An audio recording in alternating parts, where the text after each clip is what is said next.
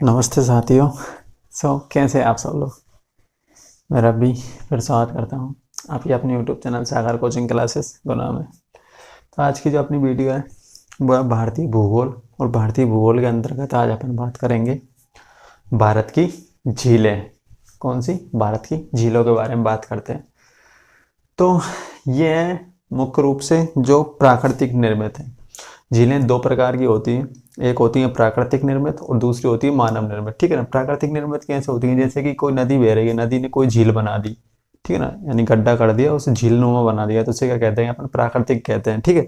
और मानव निर्मित किसे कहते हैं? जैसे कोई बांध बना दिया और बांध के पीछे जो झील बनती है, यानी कि बांध का ये पानी, जैसे कि ये दीवार है, दीवार से पानी रोक दिया और उसके पीछे जब जो पानी भरेगा, जो दीवार के पीछे जो पानी भरेगा ना, उसे अपन क्या कहते हैं? मानव निर्मित झील कहते हैं। ठीक है।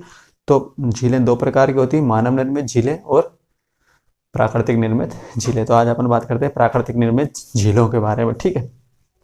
वो झीलें तो अपन मानव निर्मित झीलें तो अपन जब भारत की परियोजनाएं पढ़ेंगे ना, तब उसके अंतर्गत अपन कवर कर लेंगे। ठीक है। तो सबसे पहले आते हैं हिमाचल प्रदेश। ठीक है। इस साइड से स्टार्ट करते हैं। हिमाचल प्रदेश। हिमाचल प्रदेश में कौन कौन सी झीलें हैं? हिमाचल प्रदेश में जो पहली झील है उसका नाम क्या है? भृगु। कौन सी?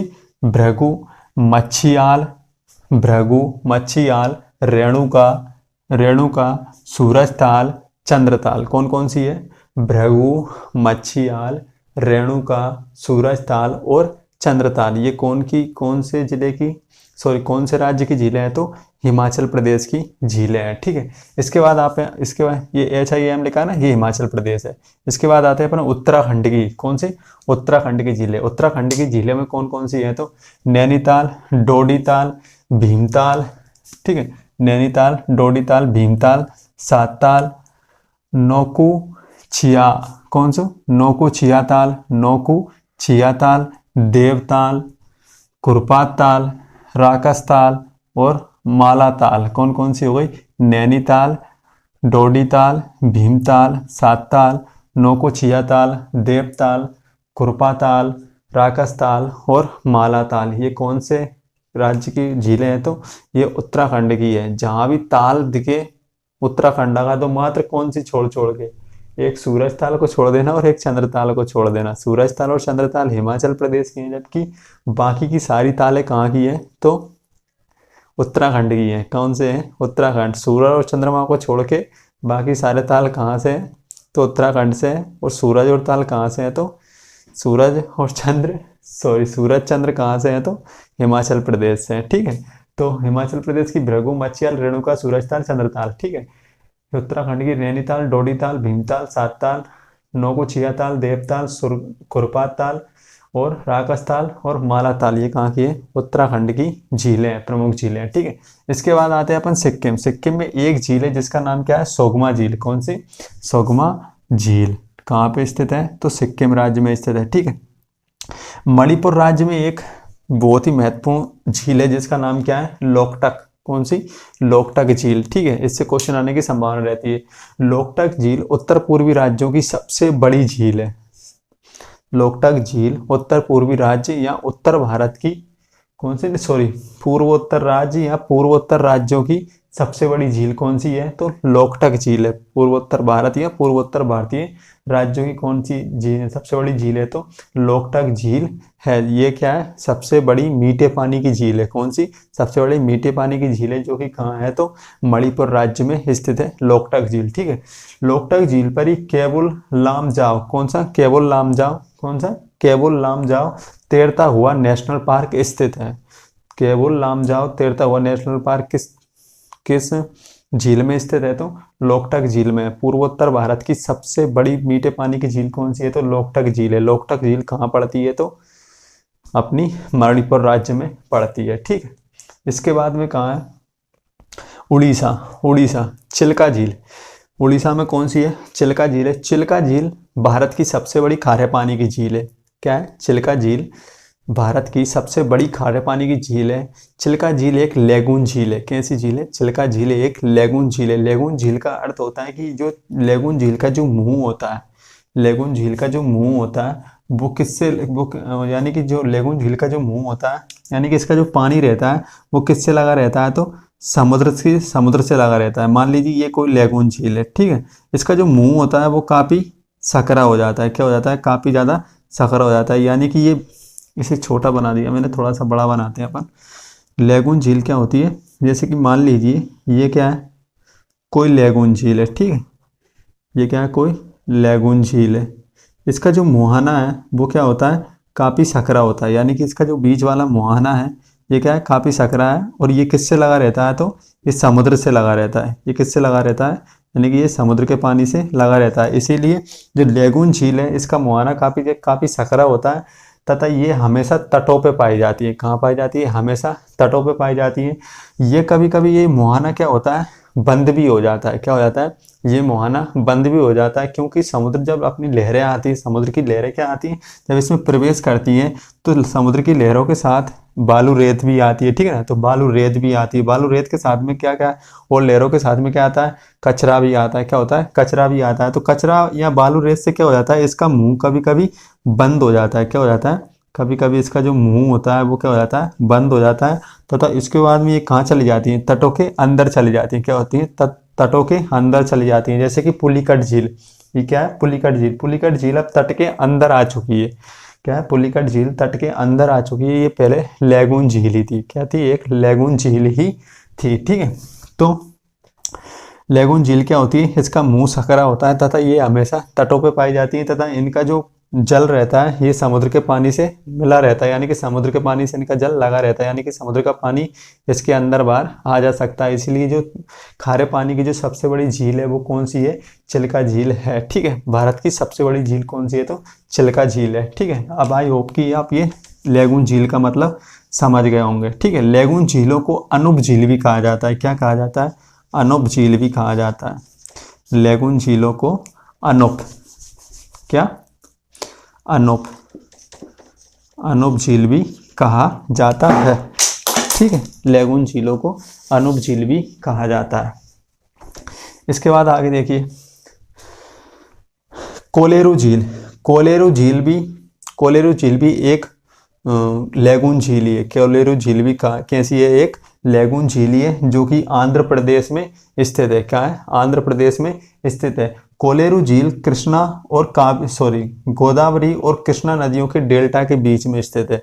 कोलेरू झील, इधर कौन सी नदी आके डेल्टा गिराती है? तो इस साइड वाले तो गोदावरी नदी गिराती है और इस साइड कौन गिराती है? तो कृष्णा नदी गिराती है, ठीक है ना। तो गोदावरी और कृष्णा नदियों के बीच में जो स्थित झील है उसका नाम क्या है? कोलेरू झील है। और कोलेरू झील भी एक कैसी झील है? तो लैगून झील ही है, ठीक है। कहाँ स्थित है? तो आंध्र प्रदेश में स्थित है, ठीक है। इसके बाद आते हैं अपन पुलिकट झील। कौन सी? पुलिकट झील, ठीक है। पुलिकट झील आंध्र प्रदेश तथा तमिलनाडु की सीमा पर स्थित है। क्या है? पुलिकट झील आंध्र प्रदेश तथा तमिलनाडु की सीमा पर स्थित है। ये भी एक लैगून झील ही थी, ठीक है। आंध्र प्रदेश तथा पुलिकट झील तमिलनाडु तथा आंध्र प्रदेश की सीमा पर स्थित है। पुलिकट झील में ही श्रीहरिकोटा द्वीप स्थित है। पुलिकट झील में ही श्रीहरिकोटा द्वीप है जिस पर इसरो का लॉन्चिंग पैड सतीश धवन केंद्र स्थित है। क्या है? इसरो का लॉन्चिंग पैड सतीश धवन केंद्र स्थित है, ठीक है। लॉन्चिंग पैड अर्थात आपने सुना होगा कि आज सतीश धवन केंद्र से इसरो ने PSLV Mark 1 कोई भी मिसाइल नहीं, जो PSLV जो अंतरिक्ष यानी होते हैं ना, ये रॉकेट छोड़े जाते हैं अंतरिक्ष में, उपग्रह छोड़े जाते हैं, वो कहाँ से छोड़े जाते हैं? तो पुलिकट झील में स्थित श्रीहरिकोटा द्वीप से ही छोड़े जाते हैं। कहाँ से छोड़े जाते हैं? श्रीहरिकोटा द्वीप से ही छोड़े जाते हैं। कहाँ स्थित है? तो पुलिकट झील में स्थित है। पुलिकट झील कहाँ पड़ती है? तो तमिलनाडु तथा आंध्र प्रदेश की सीमा पर पड़ती है। ये भी एक लैगून झील थी, ठीक है। इसके बाद आते हैं अपन तमिलनाडु। तमिलनाडु में दो झील है, एक का नाम है कोडाइकनाल। कौन सी? कोडाइकनाल। और दूसरी कौन सी है? कालीवेली। कौन सी है? कालीवेली। कोडाइकनाल तथा कालीवेली झीलें कहाँ पर स्थित है? तो तमिलनाडु राज्य में स्थित है, ठीक है। इसके बाद आते हैं अपन केरला। ये वाला जो क्षेत्र है, ये जो झीलें हैं वो कौन सी है? तो केरल की झीलें हैं, केरला, ठीक है। केरला में दो झीलें हैं। कौन सी है? केरला राज्य में दो झीलें हैं। कौन कौन सी हैं? एक का नाम है बेम्बानाड। एक का नाम क्या है? बेम्बानाड। तथा दूसरी का नाम क्या है? अष्टमुदी। क्या है? दूसरी का नाम क्या है? अष्टमुदी। तो केरला में दो झीलें हैं। कौन कौन सी? बेम्बानाड और अष्टमुदी। बेम्बानाड झील में ही एक द्वीप स्थित है जिसका नाम क्या है? वेलिंगटन द्वीप। कौन सा है? वेम्बनाड झील में ही एक द्वीप स्थित है जिसका नाम क्या है? वेलिंगटन, वेलिंगटन द्वीप। ठीक है, वेलिंगटन द्वीप से ही आपने देखा होगा, वेलिंगटन द्वीप में यानी कि वेम्बनाड झील में ही क्या वेलिंगटन द्वीप से क्या किया जाता है? नौकायान किया जाता है। क्या किया जाता है? नौकायान की प्रतियोगिताएं की जाती हैं। क्या की जाती है? नौकायान की प्रतियोगिताएं की जाती।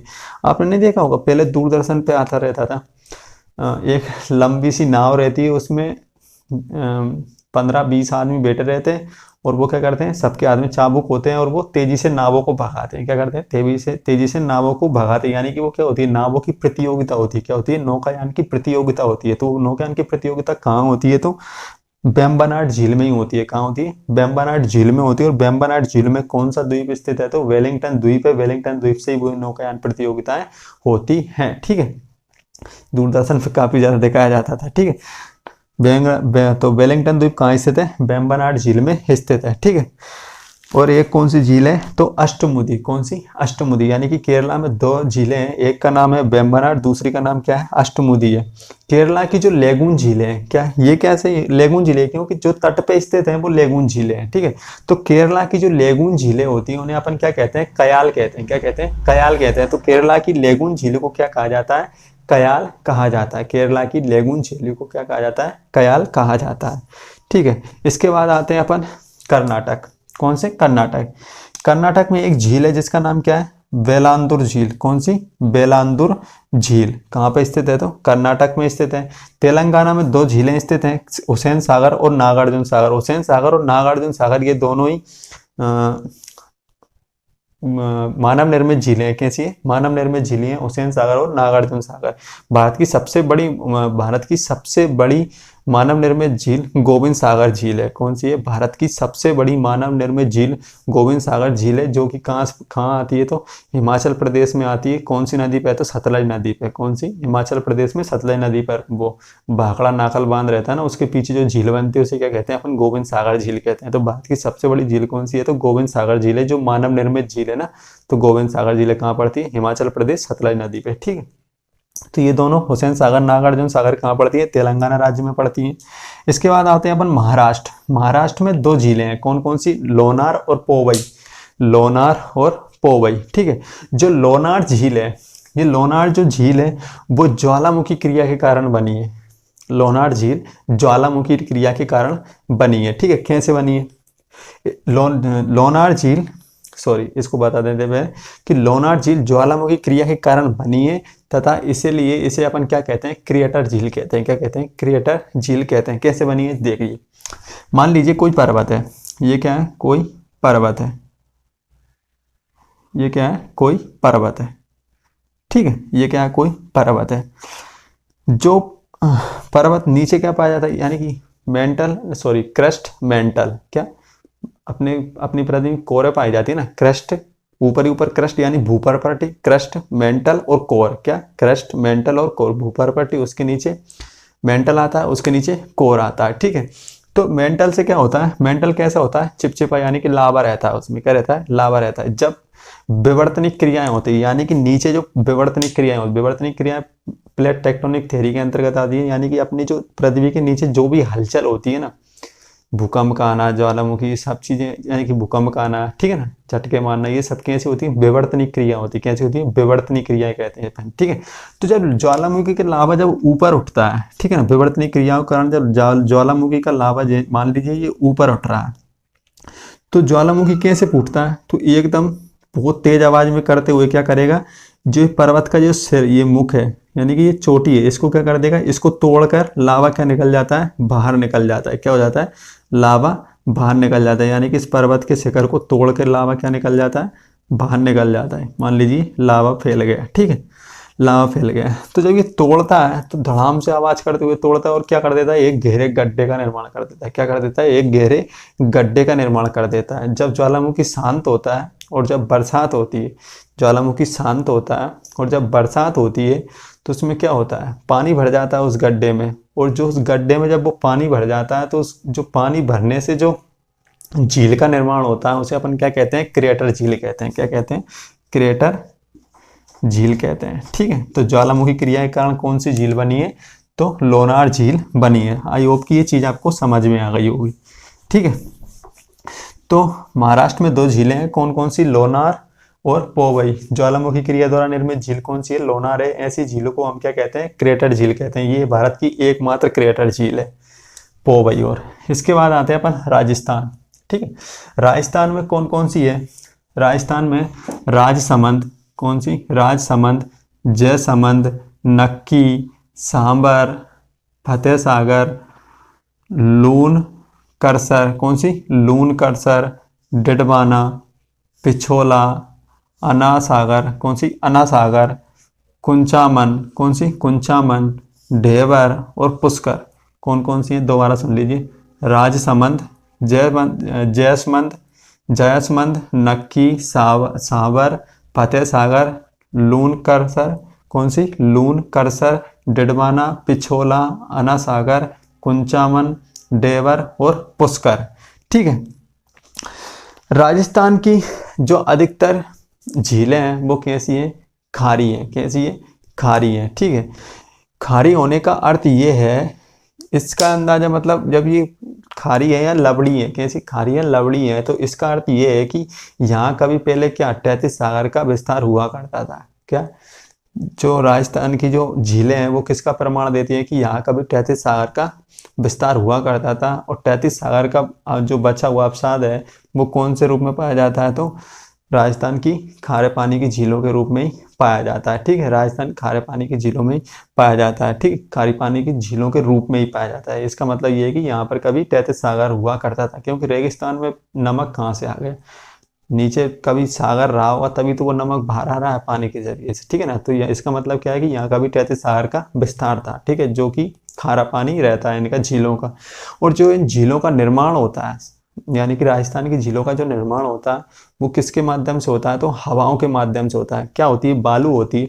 बालू क्या होती है? उड़ती है। अपन देखते हैं बालू जब भी हवा चलती है तो बालू उड़ जाती है, यानी कि उसके ढेर लग जाते हैं, बड़े बड़े से टीले बन जाते हैं। ठीक है ना, तो इसी तरीके से जब बालू उड़ती है तो वो क्या बन जाते हैं? कभी कभी गहरे गड्ढे बन जाते हैं, जिसके चलते यहाँ पर किसका निर्माण हो जाता है? तो झीलों का निर्माण हो जाता है। तो राजस्थान की जो झीलें हैं, यानी कि जो रेगिस्तान में जो झीलें पाई जाती हैं वो किसकी द्वारा बनाई जाती हैं? तो हवाओं के द्वारा बनाई जाती हैं। ठीक है, इसके बाद आते हैं अपन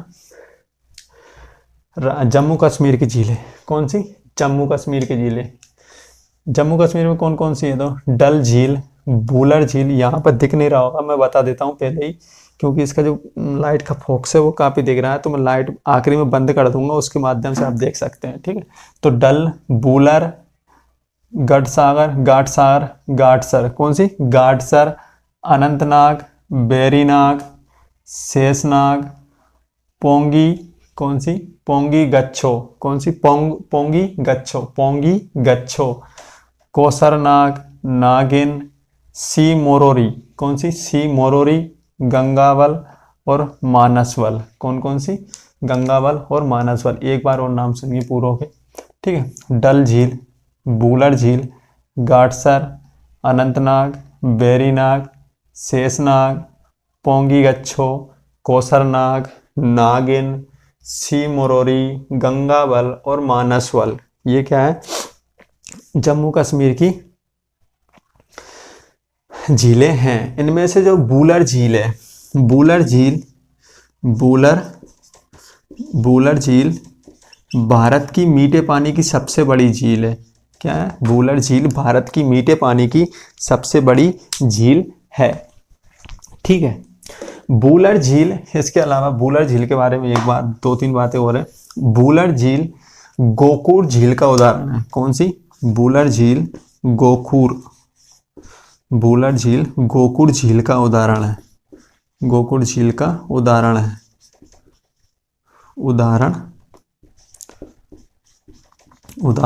ठीक है, वुलर झील किस झील का उदाहरण है? तो गोकुर झील का उदाहरण है। वुलर झील का जो निर्माण हुआ है वो किसने किया है? तो झेलम नदी ने किया है। किसने किया है? झेलम नदी ने।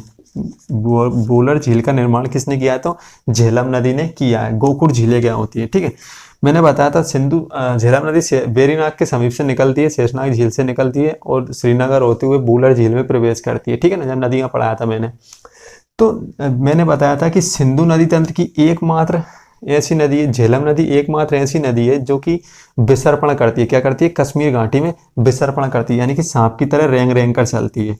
ठीक है, इस तरीके से। ठीक है, तो मान लीजिए अभी तो ऐसे चल रही है नदी, ठीक है ना, यानी विसर्पण कर रही है।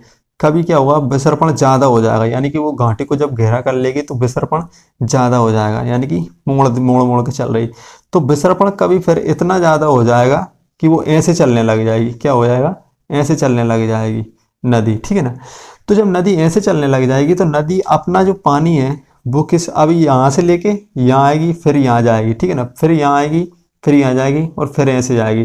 तो नदी क्या करेगी, एक समय ऐसा आएगा कि नदी अब यहाँ मुड़कर नहीं जाएगी और क्या कर देगी, सीधे ही अपना जल गिरा देगी, यानी कि सीधे हो जाएगी। क्या हो जाएगी? सीधी हो जाएगी। इसको क्या होगी, छोड़ देगी, इस वाले हिस्से को छोड़ देगी। इसको मिटा के दोबारा बनाते हैं अपन, तब अच्छे से समझ में आएगा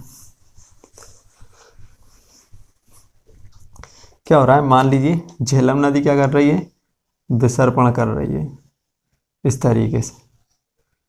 ठीक है, तो झेलम नदी क्या करेगी, पहले तो अब पानी यहाँ से ले जा रही है, यहाँ से ले जा रही है, यानी कि इस बीच वाले हिस्से को छोड़ रखा है पानी ने। तो झेलम नदी क्या करेगी, एक समय ऐसा आता है कि झेलम नदी यहाँ ना जाकर क्या करेगी, झेलम नदी सीधे यहाँ आ जाएगी। क्या आ जाएगी? झेलम नदी सीधे यहाँ आ जाएगी, यानी कि ये वाला हिस्सा अब कट गया है। अब ये वाला हिस्सा क्या बन गया? एक झील बन गया है। क्या बन गया? एक झील बन गया है। और इसी तरीके से किसका निर्माण हो जाता है, क्योंकि नदी क्या करती है, विसर्पण करती है, और विसर्पण करते समय यानी कि जो पानी का वेग होता है वो काफी कम होता है। तो जिस तरफ नदी को ढलान मिलेगी उसी तरफ क्या होता है, पानी जाने लगता है। तो मान लीजिए अभी इस तरफ ढलान बन रही थी तो इस तरफ जा रही थी, फिर यहाँ से ढलान होते हुए दोबारा नीचे आ रही है, फिर ढलान होते हुए ऊपर जा रही है, फिर नीचे आ रही है। लेकिन अब ढलान क्या हो गई, थोड़ा सा जो मिट्टी है वो कट कट के क्या हो गया, कमजोर हो गया, और मिट्टी अब क्या हो गया, यानी कि अब जो पानी है वो क्या हो गया, सीधा हो गया। यानी कि ये वाला जो क्षेत्र है ये किस के रूप में बन गया, अब ये वाला जो क्षेत्र है वो एक झील के रूप में बन गया, और नदी कहाँ से निकल गई, अब यहाँ से निकल गई। ठीक है ना, तो ये किसका निर्माण होता है, गोकुड़ झील का निर्माण होता है। या फिर ऐसे ना होकर विवर्तनिक क्रियाओं के कारण भी हो सकता है। किसके? विवर्तनिक क्रिया। विवर्तनिक क्रिया यानी कि नीचे हलचल हुई और नदी ने अपना मार्ग बदल लिया। क्या हुई? नदी के नीचे क्या हुई, हलचल हुई, यानी कि भूकंप के झटके लगे और नदी क्या कर लेती है, मार्ग बदल लेती है। यानी कि भूकंप के झटके इतने तेज होते हैं कि नदी कभी कभार उल्टी तक बहने लग जाती है। क्या? उल्टी तक बहने लग जाती है। यानी कि अभी मान ली नदी की दिशा इस तरफ है, पानी इस तरफ बह रहा है, लेकिन भूकंप के झटके तेज आए तो पानी इस तरफ बहने लग जाए। ठीक है ना, तो गोकुड़ झील का उदाहरण कौन सी है भारत में, तो बूलर झील है। बूलर झील भारत की सबसे बड़े मीठे पानी की झील भी कहलाती है, जो कि जम्मू कश्मीर राज्य में स्थित है। ठीक है, इसके अलावा एक चंडीगढ़ में है स्थित झील है। चंडीगढ़ में कौन सी झील है, तो सुखना झील है। कौन सी? सुखना झील कहाँ पड़ती है, तो चंडीगढ़ राज्य में पड़ती है। ठीक है, सुखना झील कहाँ, चंडीगढ़ में पड़ती है, जबकि सुगमा झील सिक्किम में पड़ती है। इसमें कंफ्यूज मत होना, सुखना छत्तीसगढ़, सॉरी चंडीगढ़, और जबकि सुगमा सिक्किम राज्य में पड़ती है। ठीक है, तो ये थी अपनी झीलें जो कि खत्म। इसके बाद अपन कोई अगला टॉपिक लेंगे अच्छा सा, जिनसे क्वेश्चन आने की संभावना रहती है। तो झीलों से अधिकतर क्वेश्चन बनते हैं। इसी वीडियो को अच्छे से देख लीजिए। अगर कुछ भी समझ में ना आया हो तो कमेंट बॉक्स में आके पूछ सकते हैं आप लोग। और चैनल को ज़्यादा से ज़्यादा सब्सक्राइब शेयर करें, जिसने अभी तक सब्सक्राइब नहीं किया है सब्सक्राइब करें, लाइक करें, कमेंट करें ज़्यादा से ज़्यादा। ठीक है ना, और अपना ख्याल रखें। जय हिंद, जय भारत, जय माता दी।